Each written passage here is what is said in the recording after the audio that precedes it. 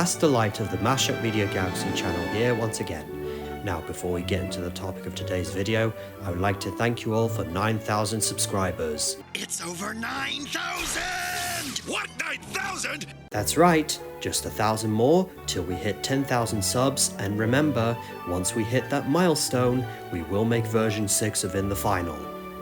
Anyways, back to the topic of today's video.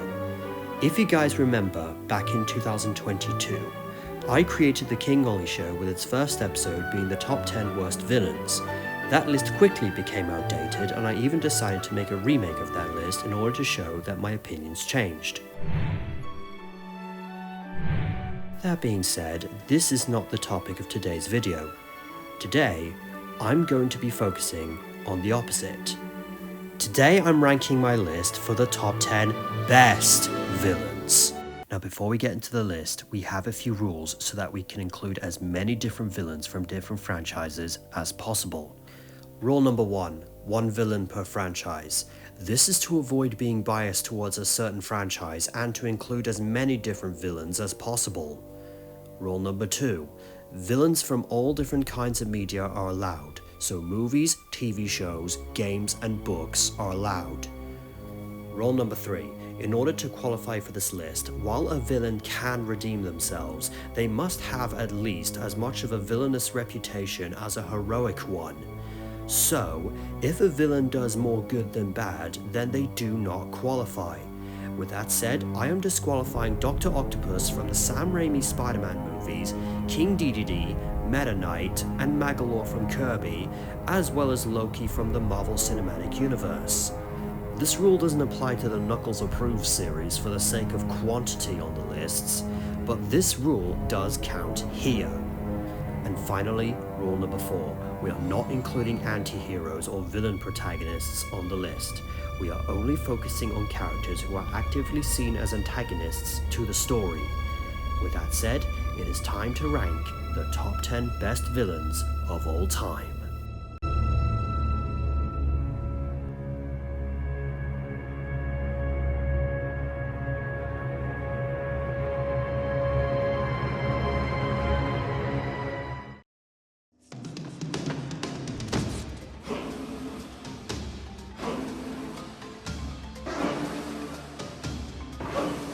Starting with perhaps the most iconic Disney villain of all time, Scar is a fantastic villain for many reasons. For starters, his look and performance. Scar is pretty menacing despite also looking physically weak, and Jeremy Irons manages to be charming and charismatic yet scary at the same time. Not to mention, he's one of the few villains in Disney history to actually succeed in his goals of becoming the ruler of the Pride Lands. He may have been overthrown in the end, but that doesn't change the fact that he initially succeeded. Oh, and also, let's discuss his villain song. Be Prepared is one of the best villain songs of all time. Now, if only the live-action remake and its prequel didn't completely butcher the song and Scar's overall character, but hey, at least Scar wasn't as disrespected as Jafar was. Overall, Scar is a fantastic villain to start off this list. And hopefully Disney learns to create villains like Scar again, instead of lame-ass twist villains and half-assed attempts to go back to the traditional formula without understanding what made the classics so good.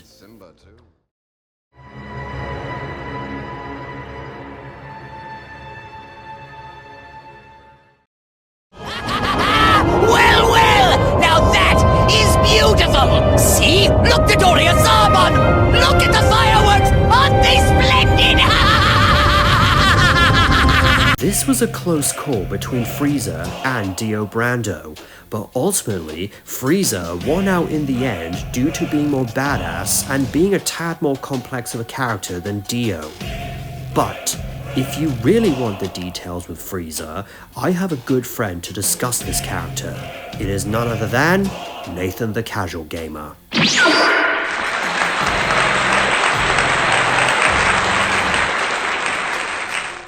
Howdy everyone, it's been a hot minute since I've been featured here. But yeah, let me cut right to the chase.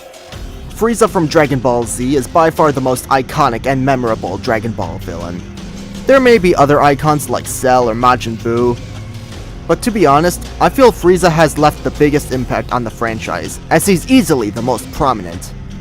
The way I see it, to Goku, he's basically the Joker to Batman. He's the Megatron to Optimus. He's the Ghidorah to Godzilla, and the list goes on. Not to mention, despite not being as heinous or evil as characters like Zamasu, Cell, or Moro, he manages to be more memorable than them with both his actions and personality nonetheless. The fact that he's more recurring than both of them helps matters as well. Do you have anything else to add to this section before we move on, Nathan? Yes.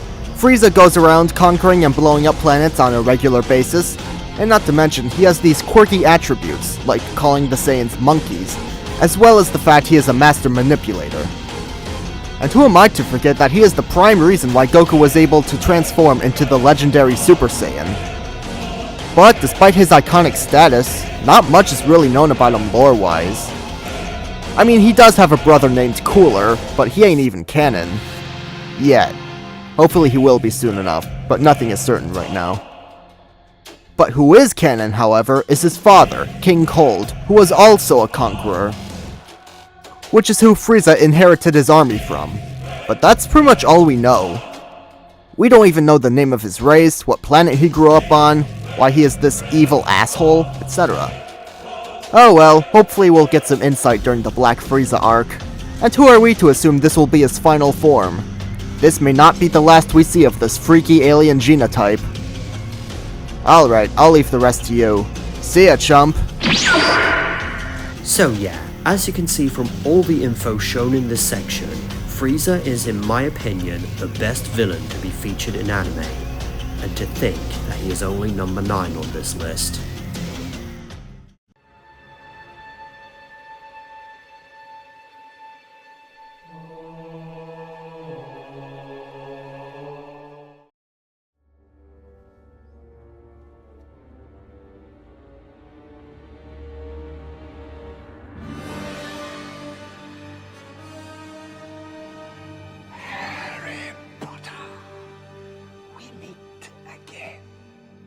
Now with this character, we will be discussing both his movie and book counterparts, since they are both equally important when it comes to this discussion.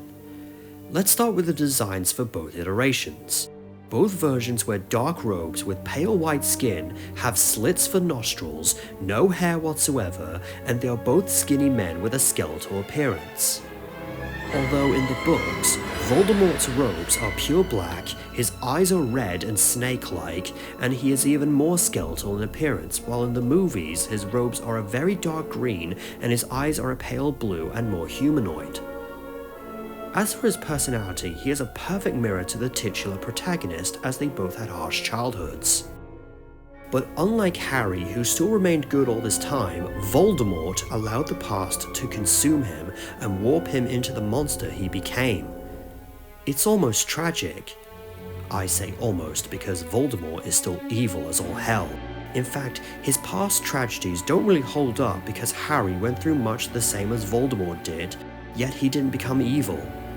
He is overall a manipulative, sadistic, and above all else evil man with no capacity for good in his heart. One last thing to discuss is Voldemort's actor. Ralph Fiennes was perfect in the role due to how menacing and creepy he was. Overall, a fantastic villain both on the screen and on the page, and in my opinion, Voldemort is a great example of how to write a dark wizard type villain. Take notes, Disney, you might relearn something.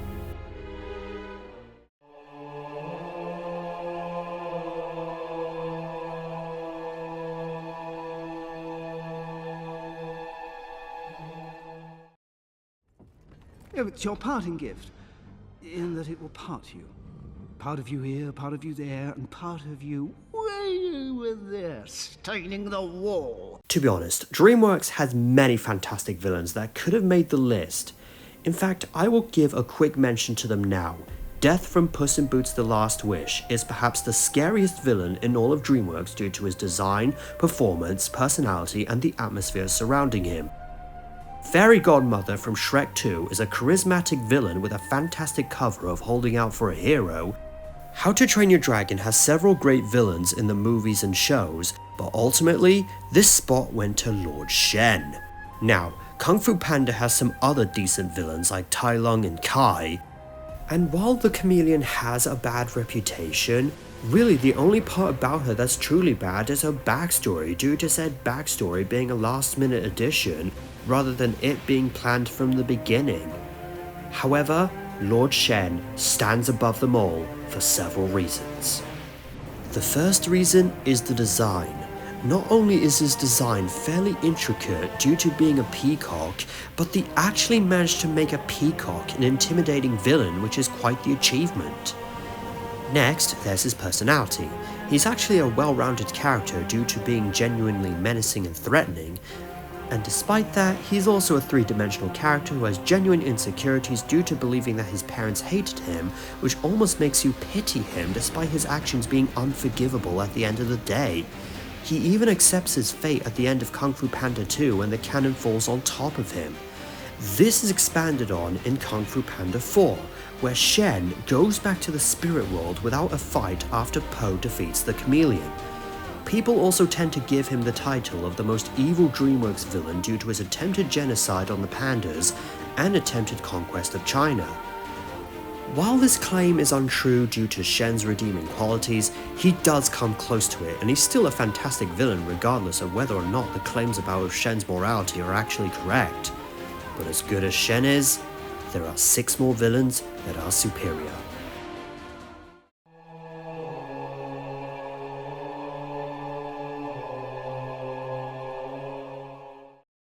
Can the Spider-Man come out to play? Now, there were several Marvel villains that could have made the list while following the rules of this list. Those being Thanos, Hela, the High Evolutionary, even Gore the God Butcher. But ultimately, it had to go to Willem Dafoe's Green Goblin for several reasons. For one, Green Goblin is so over the top and hammy that you can't help but like him. But at the same time, his actions are still clearly evil, so you don't necessarily root for him. So he manages to hit that balance better than some of the other Marvel villains who tend to lean more towards one direction like the High Evolutionary does. Next, he's a part of 2 films that are still considered amazing to this day. While Gore is the best part of Love and Thunder, he ultimately wasn't in the film enough at the time, and the film itself has a less than ideal reputation, whereas all of Green Goblin's movie appearances have been home runs. Also, Green Goblin brings us an excellent dual personality conflict, with Norman Osborn being the good side and the Green Goblin being the evil side, making for an interesting dynamic, whereas even Hela was just an enemy Thor had to overcome at the end of the day. Now, some people would argue that Thanos is better due to his nuance and being a bigger threat. However, the reason Thanos doesn't qualify is due to the fact that his threat level gets undermined in What If several times, and the fact that the Loki TV shows reveals that the only reason there is only one heroic outcome was because the TVA willed it so that the outcome was the only way things would go no matter what, or else the TVA would simply delete the timeline and ensure that things go the way that they were meant to. Meanwhile, there are no such canon constraints with Green Goblin, which is why he takes this spot over Thanos. Overall, Green Goblin is the best live-action comic book villain and one of the best villains in cinematic history.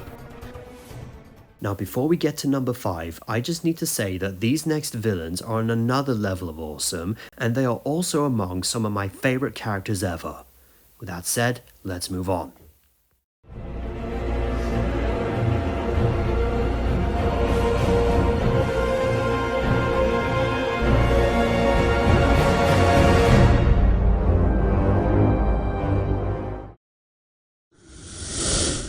Now the Chaos Heart is mine. I will use it to destroy all worlds and create perfect new ones. So shall we get started?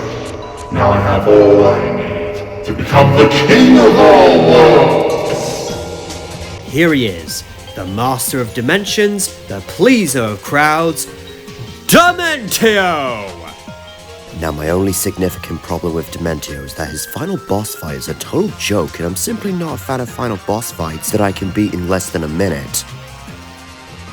Aside from that, Demeno is a fantastic character, from his sinister yet charming character to being a better version of Thoughtful to his fun yet sinister theme.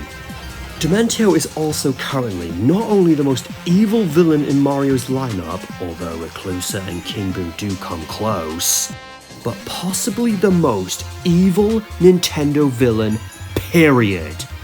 I mean, his only real competition is Null from the Legend of Zelda series. However, despite Demeno's evilness, his charming side manages to make him a likable villain. While Count Bleck is a more nuanced and sympathetic villain, I find Demeno to be a lot more unique in terms of his character, since he's the only major villain in the game to lack redeeming qualities or a redemption arc of any kind, whereas Count Bleck more so just blends in with his minions for the most part in terms of being a nuanced villain. Overall, Demeno is a charming character that's a lot of fun despite how evil he is, and he is a far superior villain compared to someone like Bowser. But while Demeno is a fantastic villain, there are 4 more that surpass him, whether it be due to the fact that his disappointing final boss fight drags him down, or due to personal preference.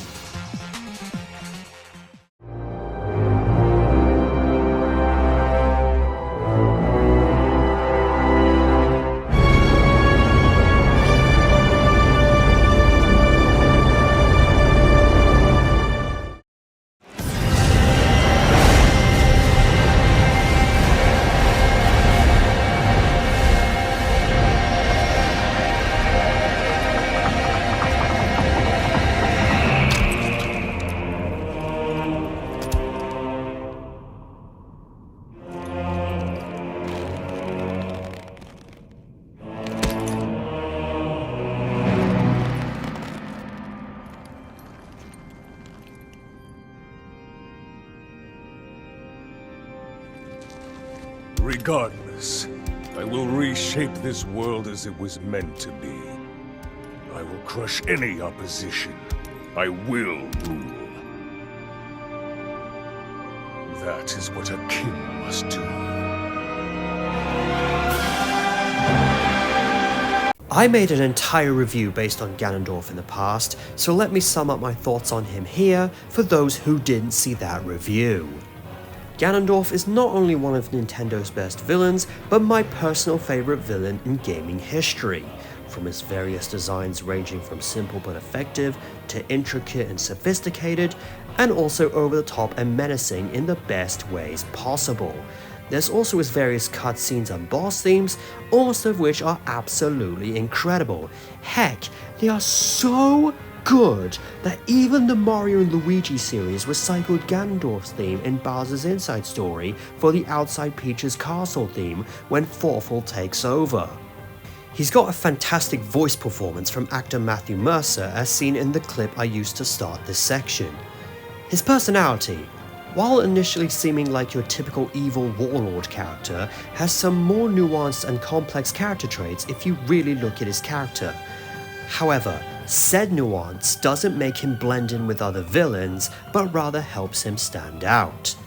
The nuance is also weaved in intricately rather than left out in the open. He is genuinely menacing and always poses a significant threat.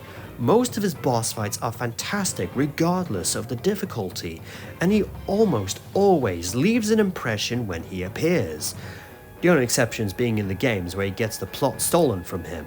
Specifically in Link Between Worlds and Echoes of Wisdom, where Yuga and Null respectively steal the plot from Ganon. Literally, the only real problem with Ganondorf and why he's not number 1 is because a select few of his boss fights are too easy, and in 1 or 2 cases, not that great, with his Dark Beast Ganon fight in particular being even more disappointing than Super Demento. He does have a few amazing boss fights like in Tears of the Kingdom, but still, some of Ganon's fights could have been better. With that said, he more than deserves to be ranked this high on my list, and we only have 3 left, and the next one is coming up right now.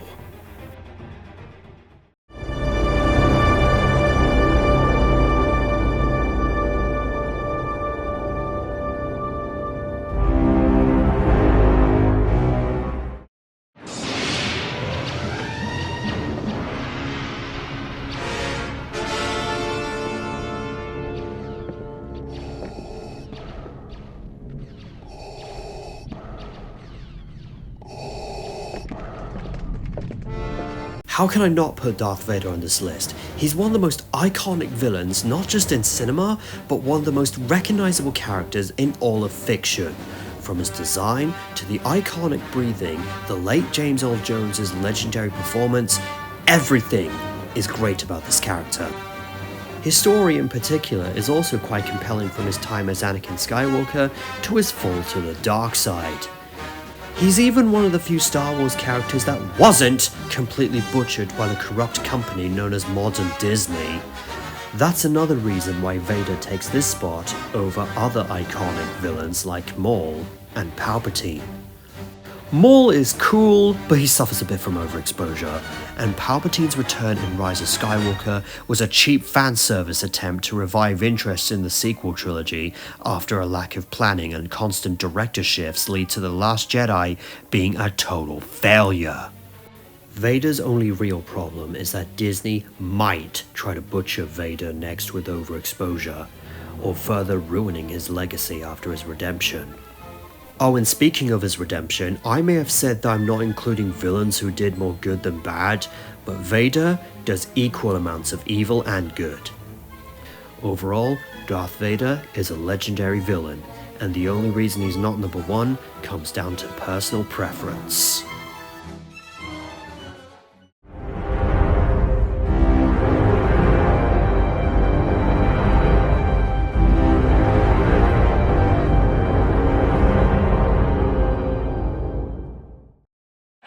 Jingle bells, Batman smelt, Robin laid an egg.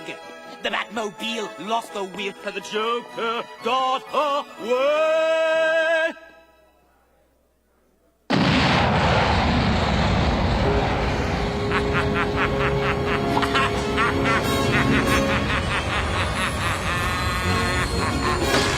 Crashing through the roof in a one-horse open tree. Busting out I go, laughing all the way. Now, in the past, I would have had Heath Ledger's take on the Joker on this list instead, and he would have been at number 1. But nowadays, not only do I prefer Mark Hamill's take on the character, but also there is one other character I prefer more. Anyways, let's talk about quite possibly the most well-known Joker performance of all time. This version of the criminal clown manages to be both scary and silly at the same time. And Mark Hamill juggles both styles perfectly. He can be very wacky and comedic in one moment, but in another moment, he can be the stuff of nightmares. Not only that, but even with his somewhat questionable redesign in the new Batman adventures, he is still an incredible character. He also manages to work perfectly with late Kevin Conroy's Batman, with Mark's performance perfectly complementing Kevin's stern persona while playing Batman. Overall, this take on the Clown Prince of Crime is practically a perfect performance, and he is easily the best comic book villain to date. Also, fun fact, Mark Hamill actually managed to do a better job as the Joker than the legendary villain actor Tim Curry, who was originally considered for the role. And we only have one more villain left to go.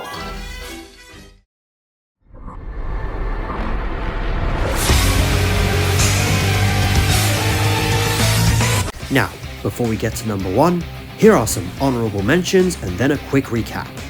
Mephiles the Dark from Sonic 06, definitely one of the most memorable villains in gaming history, and he just barely misses out on the top 10. Sauron from Lord of the Rings, a dark lord that shaped many future villains to come after him, but despite that I found some other villains to be either more compelling or interesting. Melkor, or if you prefer, Morgoth from Tolkien's Middle-earth franchise, a dark presence that gives Sauron himself a run for his money. Bowser from the Mario franchise.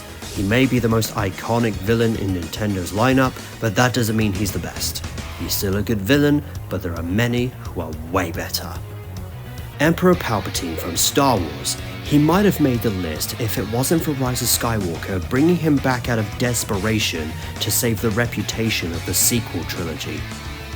Ridley from Metroid. The terror of the Metroid universe and the eternal foe of Samus Aran is easily one of the most disturbing yet badass villains Nintendo has ever made.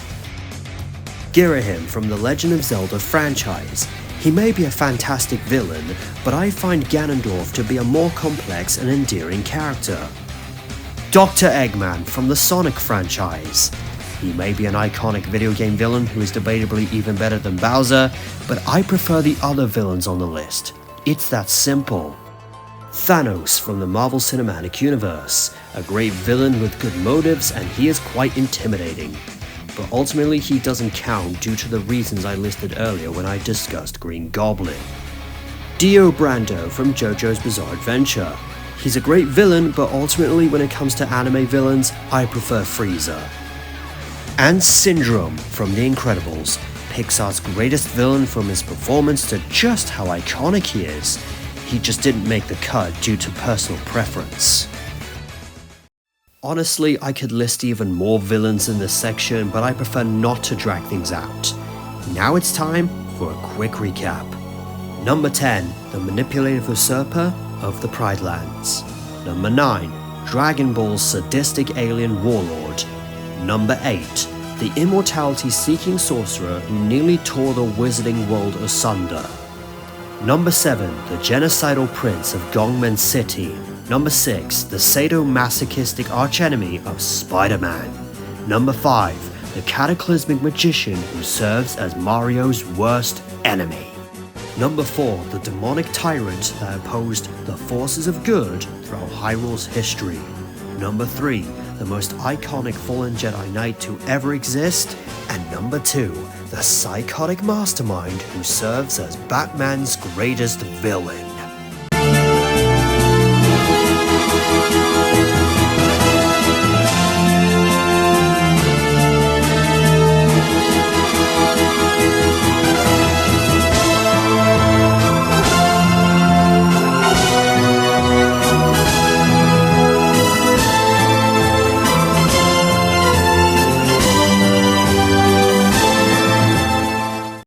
If you know me personally, then you know exactly who my number 1 villain is.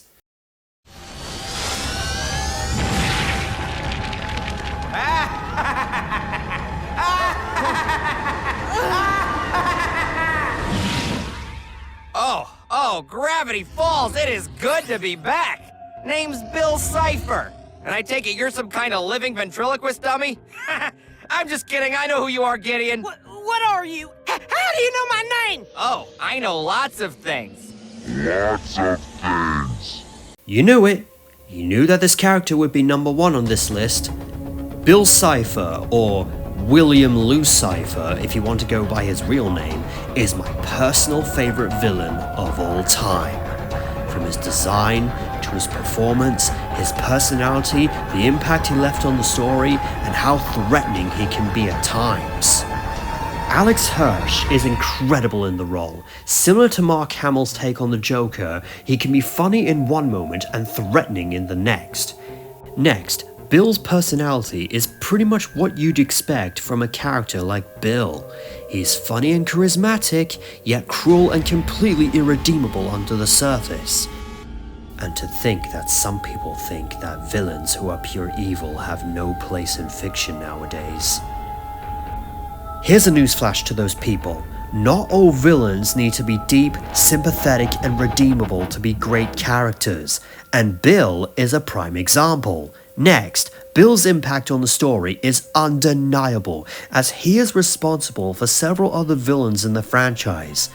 There's implications of the fact that he exists in the same universe as the Owl House, and he even actively threatens all of existence with his actions, and even destroys his own home realm, albeit accidentally, but with no remorse about it regardless.